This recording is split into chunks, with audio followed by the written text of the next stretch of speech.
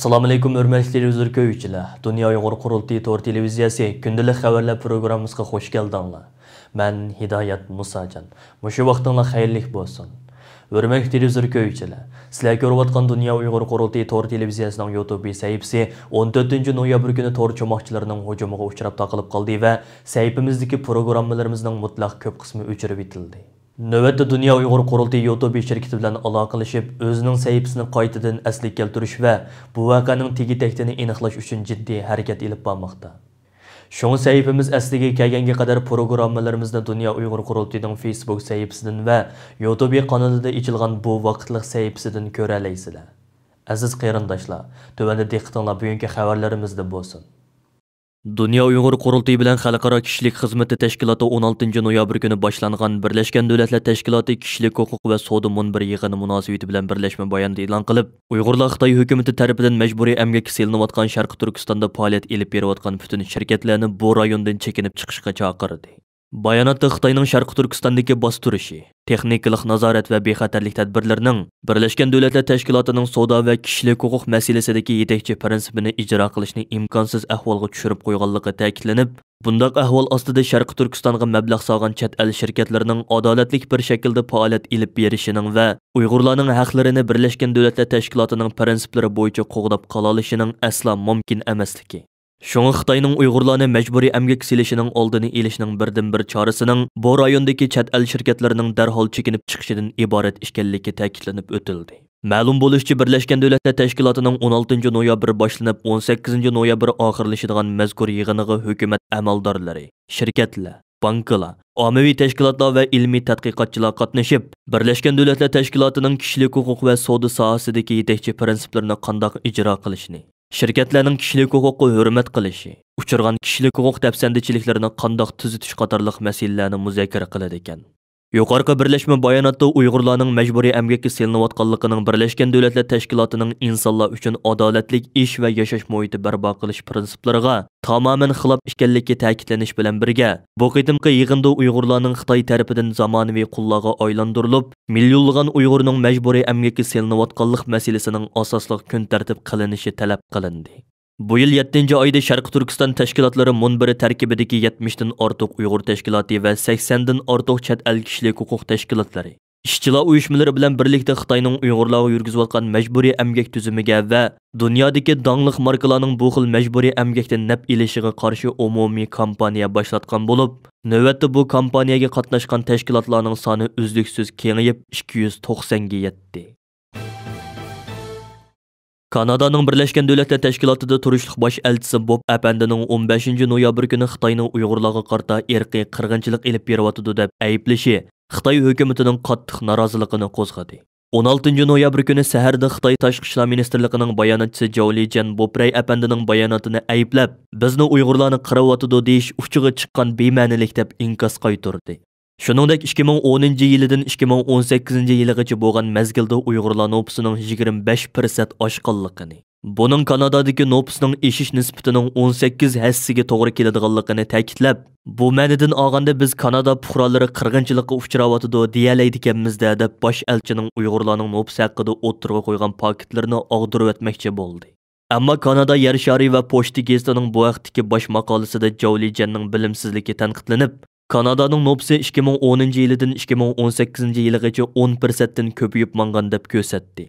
Shundaqla uning Uyg'urlar mutlaq ko'p sonni egallaydigan Qashqar va Xotandagi tug'ut nisbatining 60% chekinishini ko'masga solganlikda aybladi.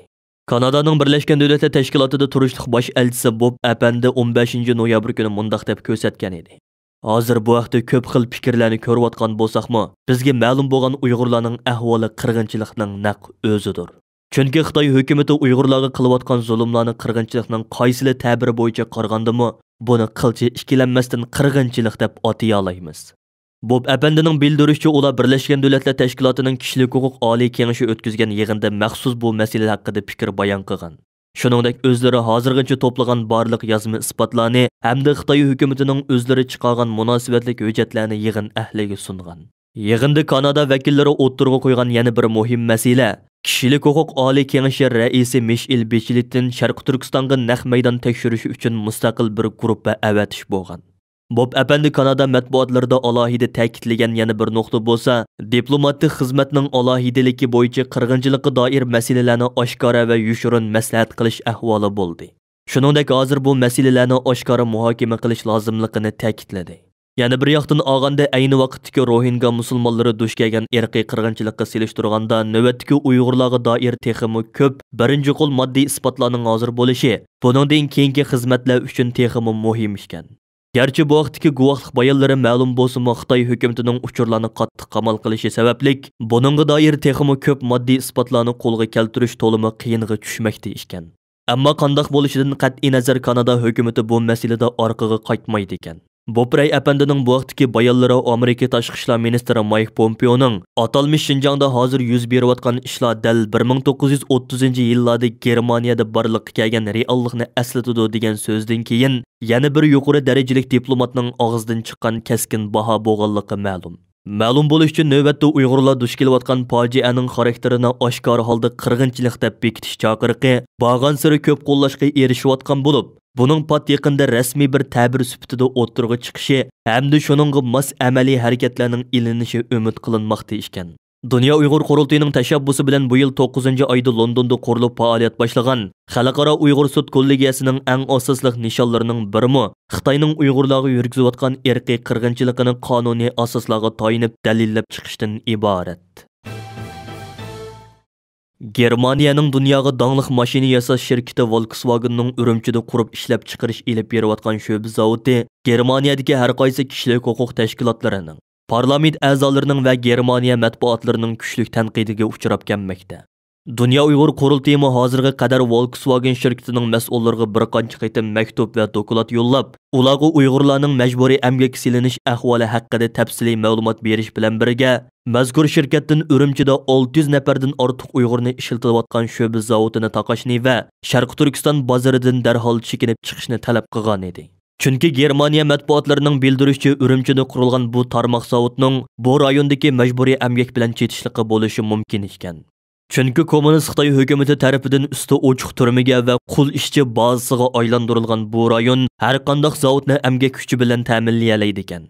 Germaniya matbuotlarining bu vaqtdagi xabarda Xitoyning lagerlarga millionlagan odamlarni so'lab, u yerdan qo'yib berganlarni majburiy emgak silayotganligi, Volkswagenning Urumchidagi zavodini ta'qib va nazorat ostiga ilib boshqarayotganligi ko'rsatilgan. Volkswagen shirkatining mas'uli Germaniya matbuotlariga qilgan so'zida bu tarmoq zavodni qurishning 10 necha yil burun planlanganligini, buningda hech qanday siyosiy maqsadning yo'qligini va shirkatning bugungi vaziyat bilan aloqasi yo'qligini aytgan. U yana bu zavodda qo'l ishchi masalasining yo'qligini, zavodga odam qabul qilishda uning arxiviga va qobiliyatiga qaraydiganligini, yuz turani sinoq oladiganligini eskartdi. Afsuski bu sho'ba zavodni ziyoratga borgan German muxbir bu zavodning atrofida aylanib yurgan soqchilarning to'sqinligiga uchragan. Muxbir bir yoqdan bu zavodning sirtqi to'liq ichilmaganligini, uning ichida oshkorlashga bo'lmaydigan ishlarning borligini bildirsa, bir yoqdan Xitoyning bu rayonda cho'ng tipdagi zavodlarni qurib uni qo'g'daydiganligini, bu rayonni texmo arzon emgak kuchiga to'lgan sanoat bazasiga aylantirayotganligini o'ttirg'a qo'ygan. Fransiya va Kanada parlamentining ba'zi a'zolarining 12 noyabr Sharq Turkiston Cumhuriyet kuni uchun maxsus tabriknoma e'lon qilishi muhojiratdagi Uyg'urlarni cheksiz so'yindirgan edi. Yevropa Uyg'ur institutining mas'uli, Fransiyadagi aktiv faoliyatchi Dilnur Rayhan xonimning Erkin Osiyo radiosi Uyg'ur bo'limiga bildirishicha, Fransiyadagi siyosiy partiyalar shundaqli shahar boshliqlarining imzo qo'yishiga sunilgan Uyg'urlar bilan sabdoshlik nizomnomasiga bugunga qadar 10 shahar boshlig'i imzo qo'ygan bo'lib, Sharq Turkiston Cumhuriyet kuni harpisida yana 4 partiya bu nizomnomaga imzo qo'ygan. Shuning bilan imzo qo'ygan partiyalarning soni jami 6 ga yetgan. Dilnur Rayhan xonim Fransiya parlament a'zolarining Sharq Turkiston bayrog'ining rasmini chiqarib turib, Cumhuriyet bayramimizni tabriklashi bek muhim ahamiyatga ega dedi. Dilnur Rayhan xonimning bildirishicha, Fransiya parlamentida qurilgan Uyg'urlar bilan sabdoshlik guruhining a'zolari 50 dan oshgan bo'lib, Sharq Turkiston Cumhuriyeti bayrami munosabati bilan Fransiyadagi siyosiy partiyalar shundaqli shahar boshliqlaridan Uyg'urlar bilan sabdoshlik nizomnomasiga imzo qo'yganlarning soni texmo oshgan. Bu nizomnoma 6 moddadan tashkil topgan bo'lib, ular monolarni o'z ichiga oladi ekan. Birinchidan, Xitoy kommunistik rejimi tarafidan bostirilishga uchrayotgan Uyg'ur xalqi bilan bir safda bo'lishga va'da beramiz. ikkinchidan Xitoy rejimining Uyg'urlarga qarshi elib berayotgan insoniyatga qarshi jinoyatlarni har xil usullar bilan dunyoga anglatishga va'da beramiz. Uchinchidan Xitoyga qarshi kuchlik iqtisodiy, siyosiy va diplomatik jazolarning qo'llanilishini talab qilishga va'da beramiz. To'rtinchidan Fransiyadagi Xitoy Kommunistik partiyasining sapsati quroli bo'lgan 17 Kunzi institutiga berilayotgan hukumatning iqtisodiy yordamining to'xtatishini oshkora talab qilishga va'da beramiz. 5-dan Uyg'ur davosi uchun tirishayotgan uyushmalarga yerlik hukumatlarning siyosiy va iqtisodiy yordamda bo'lishi uchun va'da beramiz. 6-dan Fransiyada yashayotgan Uyg'ur diasporasiga yordam qilish va qo'g'dash uchun qo'limizdan kelgan barliq usullarni qo'llanishga va'da beramiz. Yaponiya Osiyo obzori to'rining xabar qilishicha Xitoyning Uyg'urlarning kishilik huquqini eg'ir dafsanda qilishi ko'plab ayblanayotgan hamda Amerika va G'arb ellarining Uyg'ur masalasiga chetishlik korxonalarga embargo yurgizish qadami tezlashayotgan bir vaziyatda Yaponiyami buning Yaponiya korxonalariga ko'rsatilgan ta'sirini o'ylashga boshlagan. Chunki Yaponiya korxonalari Xitoyning Uyg'urlarni qul qilish masalasiga chetishlik zavodlarini tekshirish masalasiga duch kelgan. Xabarda ko'rsatilishicha Avstraliya strategiyalik siyosat tadqiqot markazi bu yil 3-oyda e'lon qilgan dokladda Uyg'urlarni qo'l ishchi qilish masalasiga chetiladigan 82 donliq marka ko'rsatilgan bo'lib, 80 ming Uyg'urning Xitoyning har qaysi o'lkalaridagi 30 zavodda majburiy ishlatilayotganligi ma'lum qilingan edi. 82 donliq marka shirkatlari ichida 11 Yaponiya shirkati Uyg'urlarni qo'l ishchi o'rnida ishlatadigan Xitoy zavodlariga tayinladi ekan. Bulardan Yonichlo, Sharp, Nintendo qatorliq shirkatlar Uyg'urlarni qo'l ishchi qilgan zavodlar bilan aloqasi yo'qligini bildirgan. Xabarda aytilishicha, Yaponiya hukumatı Xitoyda tijorat qilayotgan Yaponiya shirkatlarining majburiy emgakka chetishlik yoki emasligi to'g'riliq so'ralgan savollarga javob berib kelayotgan bo'lib, bu ishlar Yaponiya hukumatining tashqi savdo siyosatiga hamda Yaponiya shirkatlari Uyg'ur rayonida tijorat qilsa bo'lamdi yo'q degan masalasiga chetiladi ekan. Növbətdə Yaponiya nusxasidagi Magnitskiy qonunini tuzish kun tartibga kirgan bo'lib, Yaponiya parlamenti Xitoy ishlari gruppasidagi o'qituvchi partiyaga mansub parlament a'zolari parlamentga bu qonun loyihasini sunishni muzokara qilib etibdi. Uyg'urlar masalasini boshdan oxiri izchil turda qo'llab kelayotgan va bu sababdan Xitoyning eng asosli hujum nishoniga aylangan Amerika tashqi ishlar ministri Mike Pompeoning 16 noyabr boshlangan Turkiya ziyorati Turkiyada faoliyat olib berayotgan Uyg'ur tashkilotlarini va Uyg'ur jamoatlarini alohida suyundirgan bo'lsa-mu, ammo Mike Pompeo apandimning Turkiya hukumati tomonidan so'q muomalaga uchirganligi.